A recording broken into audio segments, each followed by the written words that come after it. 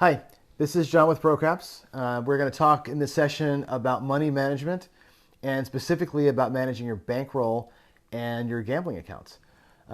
First and foremost, I want to remind you that, as it says on the screen here, gambling puts your money at risk.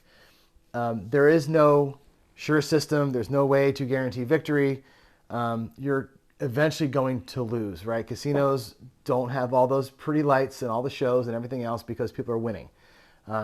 Know that going into this thing. Gambling is a risk, and it puts your money at risk. What I want to do is talk about ways that we can prevent and protect our money. Knowing that the house has the edge on us means we have to have a higher level of knowledge about the games we play. That means a lot of practice. It means really knowing the rules. It means really knowing your bet payouts, knowing when you have the advantage and how to take advantage when you do. It means having bankroll. By having a bankroll that you gamble with that's not attached to your life is a big thing. You can confidently go play with this money, knowing that it's not going to affect your way of life. And that's a really important thing. We'll talk about that more in a little bit. Money management is a critical piece to this as well. I think it's what separates the professional or the pro level player from the amateur or weekender, I suppose. Having good money management skills, which means knowing how much you're bringing to the casino, knowing the source of it, how much you're willing to lose, how much you're willing to walk with. Managing your session money at the tables is a critical piece to this. Money management, so much money just leaks away from tables through poor chip management, poor rail management, poor strategy, and just poor general money management. You got to be on top of this. Money management, along with discipline, are the two most critical factors here. You've got to be disciplined in knowing when to get up and walk and sticking to your strategy. By bouncing around and by being a little bit unattached to your strategies and maybe not so plugged into your money, that's where leakage happens. So we got to make sure we prevent that. I will remind you to, again, only gamble with money that you can afford to lose. You're not bringing your mortgage money to the casino. You're not bringing money that you're using to pay bills at the casino. You bring money to the casino that is set aside for the purpose of entertainment. And again, think about gambling as that. It's fun. It's entertainment. You may walk away with something extra, but it's not a guarantee. So you gamble with money you can afford to lose that you're willing to lose. And know that going in. One of the ways that you can help identify what that money is to set aside a separate bank account. We call it a 401g account. This has been a name, moniker floated around for years. It's been talked about in books. A lot of folks online talk about it. My turn to talk about it. The 401g account is a bank account that you set up. For me, it's just a debit checking account that I load full of money specifically set aside for gambling. When I say that, it's not just tables. It's the money that I use to get to the casino. It's my flight, it's my hotel, it's my food. If I'm going local, it's my gas money. Maybe even the McDonald's on the way home from the casino. That's all coming from that account. Not a thing that I do going to, at, or coming back from the casino ever comes out of my regular bank accounts that we run our house with. That's critical. How you load that account, up to you. Me, as you know, I'm a software developer, which means I can, on occasion, take side work. I'll do weekend jobs or longer, even bigger jobs. All that money, if I'm not paying off a school loan or something else, whatever I have from those side jobs, that goes into my 401g account. I use that to fund what I'm going to go play with. And then as I play, every winning that I get goes back into the account. And that account builds itself over time. As I win, it loads. As I do extra work, it loads. That account is kind of a self-sustaining thing. And I'll actually give you a window into that. I'll show you some software that I use to help me manage that account to give you kind of an idea of how that can look for you to keep yourself organized. It's important to know and for you to set up an account like this with the proper funding sources and ensure that you don't touch your other money when you go to the casino. If you burn through your 401g account, your gambling days are done until you can refill it. That's an important thing to remember. We're not chasing gambling losses with house money, and I mean your house money. And when we reach our goals, win or loss, we call it quits. I think it's important to roll the idea and the concept and the love of discipline and organization into this conversation. If you're not organized and you're not disciplined, you're going to lose more than you would lose otherwise. And what I mean by that is when you get to the casino, you're going to have some portion of your 401g account with you that you're going to use to gamble with. And it's important that we manage that money right as well. I want you to follow what we call the rule of tens. I've seen this called the rule of fives. It depends on your bankroll and the way that you're going to manage your sessions. But the idea is you have in your 401g account enough money to sustain you for 10 sessions at a casino. Again, the casino trend, right? You're going to hit the wave. You're going to win some, you're going to lose some. You may have a long streak of losses before you have a nice big win. Your 401g account should have enough money in it to support you for 10 sessions. So you can sustain and survive a downward trend while you're building yourself back up again. Similarly, at the table, the thing we recommend is to have enough money for each session, each table buy-in, to cover you for 10 shooters. Again, you may win on the first shooter and then you're good. It may take you to the shooter number 9 to hit your goal. But you're bringing enough money to survive or to work on or play with 10 shooters. The rule of tens. 10 sessions in your 401g account, 10 shooters in each session. And it's important that we don't cross those streams. You don't bring more than one session's worth of money to the casino. So if let's say you've got $1,000 in your 401g account, that would be 10 sessions of $100. So when you go to the casino, you're bringing 100. You're not bringing 150. You're not bringing 2 just in case. You're bringing $100, one of your 10 session buckets out of your 401g account. At the table, you're playing 10 shooters. So in this scenario, you'd have $10 per shooter. Whatever strategy you're running, you're gonna use $10 on. Great. You run through 10 shooters. If at some point you win whatever your win goal is, you pack up and go. If at some point you go through your entire $100, that's it. You don't dig into your pocket for more. You don't go to the ATM machine. You're just done. You are going to be done when you hit your win goal or when you hit your loss limit. What should your win goal be? 10, 20%. You can win more. You can have a great run. You can be in a session where you're just crushing it and somebody's on a 27 roll streak and you're just rolling in it. That's great. When that streak's over, you get out. 20% doesn't sound like much. You know, if you bring $100 and you walk away with 20, it doesn't feel like you did anything, right? $20 is not a lot of money. It's enough for a burger on the way home, depending on where you live. Don't get caught up in the number, the dollar figure. That's, I think, where people get hung up on this thing is the dollars. And I can't stress that enough. 20% is a lot of money. You know, if your house goes up 20% in value, that's amazing, right? You'd sell it in a second. 20% in the stock market, also amazing. 20% at the casino, people scoff at that and go, what's $20? Well, $20 is 20%. That's a pretty good return on your investment, especially if you've only been there for a few minutes. So think in terms of percentages, not in terms of dollars. That will put a nice frame around what you're doing at the tables. It'll help you to feel like you're staying focused and feel like you're on point. That's a big piece of this puzzle. Percentages, not dollars. Now, on the losing side of things, how much can you afford to lose? That's a kind of a loaded question. Don't want to lose anything, obviously, but you're going to, potentially have a bad night. I would posit or put out there that whatever you buy in for, whatever that session money is the amount they're willing to lose. If I'm bringing out of that $1,000 we talked about, if I'm bringing 100 to the table, I'm banking on walking with 20 or losing all of it. I've seen people advocate for, well, just lose half of your bankroll or lose half of your thing.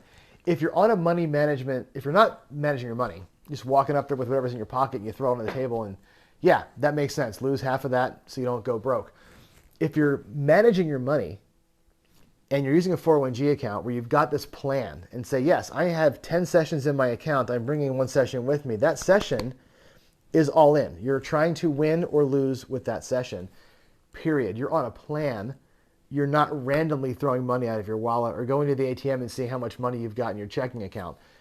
In that case, your strategy would be different. I would advocate for you, go pro level, have an account with a certain number of sessions in the account, which you're not to exceed. Bring money to the casino based on one of those session buckets and bring that to the table. Work the table, work your strategy, work your money. If you're organized, you'll be okay. You may still lose, but we'll limit our losses. You may still lose, but we're in control of that loss. And if you're betting right, and if you're following good management at the table, you may come away with more money than you probably are used to coming away with, because money management doesn't stop in the bank. Money management continues at the table with how we manage our rail. More on that later, different video coming up. What I want to do now, though, is transition us over to the computer. I do want to show you an app that I use. It's just a Google Sheet that I use to manage my 401g account. It has a couple of tabs on it that helps me to manage where I'm at in my account. I can plan a session, and I can even look ahead and do some future predicting as well. So let's move to the computer, and I will show you that spreadsheet and walk you through it, and of course give you a link to that at the end of the video here. So let's switch over. Okay, so let's take a look now at this spreadsheet that I put together to kind of help me manage my 401g account. It's got a number of tabs in it. We'll go over each of those separately. First and foremost being the log tab. Now, I'm going to start with the logger first because I feel like this is the place that keeps me the most accountable for how I manage my money. So here's an example blank starting 401g account. We say our starting balance is $1,000. So of course our current balance would be 1,000 because there's nothing in the account yet. Now let's go ahead and do a couple of pretend sessions. Let's say we went to the casino on, like, I don't know, 215 or something, and we brought $200 and we won $68. So you can see it's going to auto calculate our account balance, and we can leave notes to ourselves too. And I like to leave notes to let me know kind of how that session went and what led to a win or a loss. So here I might say like something like 3V set on the blender all night. Worked great for me. That's great. Maybe a week later, let's say like on the 22nd or something, we go back and we bought in for 200 and we lost all of it, 200. As you know, I'm all in, right? So when I bring session money, I'm either going to win 20% or more or lose what I brought.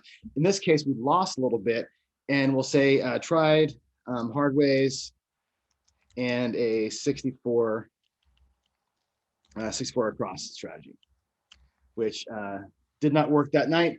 And now you see that our balance is below the ideal number of having 10 sessions in our bankroll, but we can see that, right? And we have a reason why on the right-hand side. And again, now I know I've got basically 8 sessions left to get through this. It was a pretty tough night there. So given that, I might say, again, I'm a little bit tough on myself here. I may have to go out now. I may go on the 1st of March and not really do a session, but I might go out there and run some Uber or something, Uber driving, and replenish my account a little bit because it makes me feel better to have the full 10 sessions in there. I'm using this kind of as a line item, right? I'm using this as a daily logger to see how my account changes over time. Now, yeah, you're going to get, if you have a separate bank account for your 401g like I do, you're going to get this part. You're going to get the date, and the profit and loss piece, and your ending balance. You're not going to get what did you start with, how did you arrive at the result. So I think keeping a log of what I do each day keeps me accountable to myself. It also gives me a little bit of historical look and see like how things worked on given days. I think keeping a journal of what you did and didn't do, or what worked and what didn't work, is just going to help as you play later on. You can always refer back to things. So that's the logging piece. Again, that's for accountability. I also use a tab on the spreadsheet to plan my sessions. So again, sometimes the math isn't always super easy, especially when you're old like me. And I haven't really had a math class since the 80s. So my percentages and my adding sometimes even failed me. So let's say that I'm playing a strategy and For example, and I'll show you the strategy at some point later, my come ladder strategy, which requires 7 units per shooter. Well, at a $25 level, that's 175. So I need 175 per shooter, and I want to last for 10 shooters. I want to make the strategy go for 10 shooters, and I want to win 20%. This tab tells me how much to bring, right? If I'm going to go 175 per shooter for 10 shooters, I need 1750. I don't know what 20% of 1750 is, but I can put this in here and say, oh yeah, it's 350. So now I know that session I'm bringing 1750 to the casino. I'm looking to win 350 and cash out with 2100. That's my goal. Again, this is just a time saver to do the math. I know that this is not rocket science, spreadsheets like this, but it's helpful to go and log it in, put the numbers in, see what the math comes out to, and know in your head, I'm bringing 17, I'm coming out with 350, and hopefully my ending balance for the day is 2100. And when I go back to log that in, we can log in and say, yeah, let's pretend, let's say on 3-2, we did 1750 and we won our 350 back, which is great. Great day. And we just crushed it. We'll just say we just crushed it with the come ladder today, right? And that might be our simple log to keep us honest for the session. But again, I use this tab mainly to see how much I've got to bring. If I've got some oddball number per shooter that I'm going to do, what if I'm doing 64 across for 10 shooters, right? Obviously, I'm going to buy in for 640 because 64 times 10 is 640. But what's 20% of that? I have no idea. It's 128. For, to fudge it, you can say you're going to go to win 130 or 125. But that's your go to the casino knowing what this number is right here. This is really the most important number, is what's that win goal based on how much you're going to try and bring. So I think that's an important piece to look at. The next tab is my trip planner, which takes the session planner kind of to the next level, obviously. And let's say we're going to go to the casino. Let's say we're going to go to like a trip, not just a one-nighter. This really feels like a one-night plan to me, where the trip planner feels like it's more of a, how's my weekend going to go? I'm going to go to Vegas and I'm going to bring 2,500 with me to Vegas. And I, of course, want to win my 20% like I always do. And let's say we're going to plan ourselves for 5 sessions. Typical. Fly on Friday night, play a little bit, maybe play 3 times on Saturday morning after lunch and like maybe an evening session. And then once more on Sunday before you go. That's your 5 sessions. If I'm bringing 2,500 with me, this is telling me, okay, John, bring 500 with you. Looking to win $100 each time you're at the table. Hopefully you're going to win 500 for the weekend and walk out with 3K. That's a good way to look at a weekend and keep yourself honest. And remember and remind yourself, each session is 500. We talked about this earlier. What's in your pocket when you go to the table is $500 in this particular scenario. No ATM card, right? Maybe your Players Club card, no ATM card. You're bringing $500. You're buying it for 500. You're looking to win 100 and get out. Okay. Keep your goals. And again, this is a way to just, again, simple math here. This is like 4th grade math in a spreadsheet. But the idea is come in here, plug in the numbers, see them on screen, even print this out if you want to and have it with you. It's honesty. It keeps you accountable, right? This gives you the fodder to log things into your log when you're done. And again, I think organization and planning is critical, right? You stick to your plan, you're going to be fine. The last screen on here is the fun screen. It's the Esitimator. Now, before I show you how the Esitimator screen works, reminder again, this is not designed to show you how you can make $1 million gambling, okay?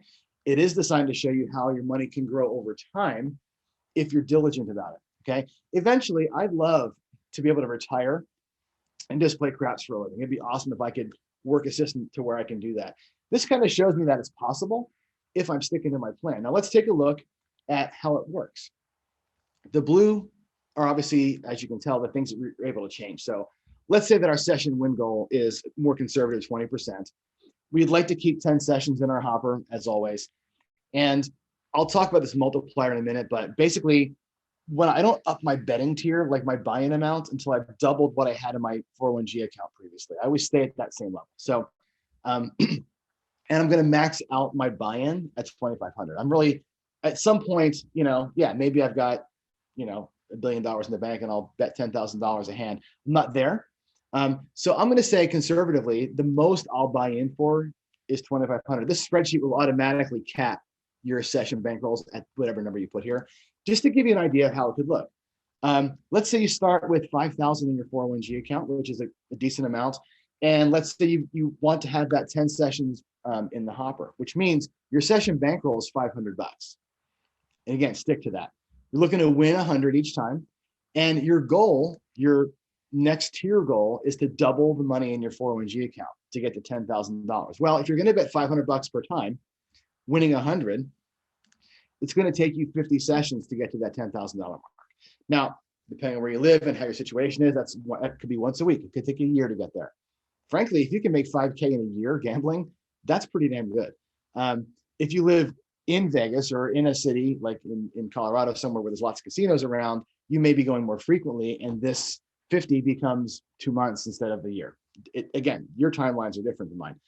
Once I've doubled up, I'm on the next tier, and the next tier says, okay, we're at $10,000 now, which means that my 10 shooters in the hopper, now it's $1,000 per session that I can afford, because then there's 10,000s in 10,000.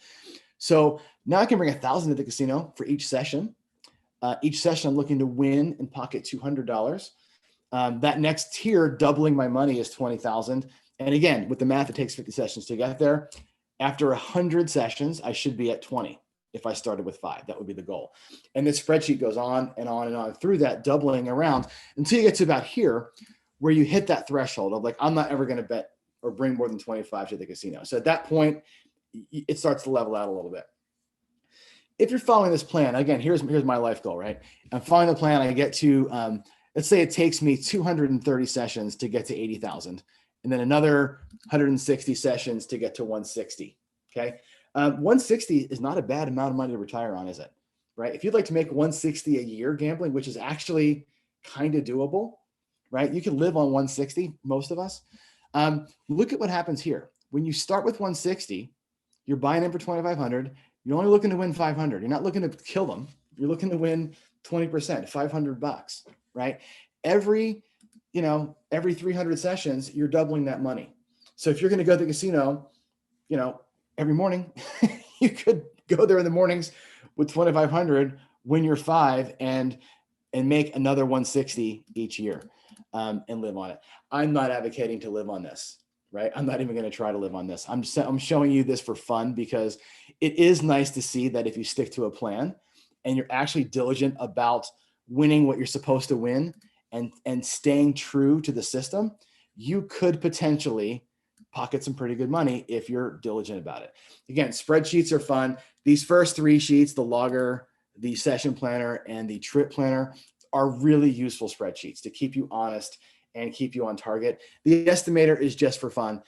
It is nice to have a target and know potentially when you might want to double up your session bankrolls. It's good to live in this world in here, really, where you're feeding your account from your winnings and knowing that you've got a goal. Right? I'm not going to bet more than $500 per session until I've got 10K in the bank. Then I can up myself. And I think that's the magic of this sheet here. The magic of this sheet is not looking at how can I make 320 or how can I make 5.5 million. The magic of this sheet is say, yeah, I'm going to stick at 500 until I've doubled my 401g to 10,000, and then I'll move up to the next tier. I'm not just going to be feeling great this weekend and bringing 750 because I think I got it. That's not the plan. The plan is $500 per session until you hit your $10,000 goal, then move on. Really critical that we don't get caught up in the emotion of things and feeling like, man, I got $9,300. I'm almost there. Well, you're not there yet, right? You're not there yet. Make sure you stick to the plan. Again, it's boring. It's discipline. Discipline's not fun, right? But discipline does get you to goals. And I think that's the thing. I think we say this all the time here. Money leakage is a killer, right? Don't let your money leak out. Don't jump to another tier when you're not ready to jump to that next tier yet. Stay to the plan, stay focused, stay on track, get to work, right? If you're working at this game with practice, with money management, with discipline, with knowledge, you're going to have 1,000 times more fun because you don't have any worries, right? You're going out there with full confidence. Confident players make more money. Confident players have a ton of fun. So I'll link to this spreadsheet for you in the description of this video. You can copy it down and use it. You can use it in regular Excel too, but this is a Google sheet. As always, we ask you to leave, like the video if you thought you got something out of this. let us know. Comments are always appreciated. I'm an instructor for a living. I did software development for 25 years. Now I'm an instructor of computer programming. I believe feedback is a gift. I learn every time I teach. I learn something. I teach because it makes me better, because it plugs me in, and my students always throw me lots of feedback. I need the same from you. If you're getting something out of this, if you have a comment, criticism, question, something to add, a better spreadsheet of your own, fine. Put it in the comments. Let's chat about it. Let's make ourselves better. We are a big community here, so let's work together to make this thing rock. So that's it for this session. Thanks for tuning in. Thanks for your time and your attention.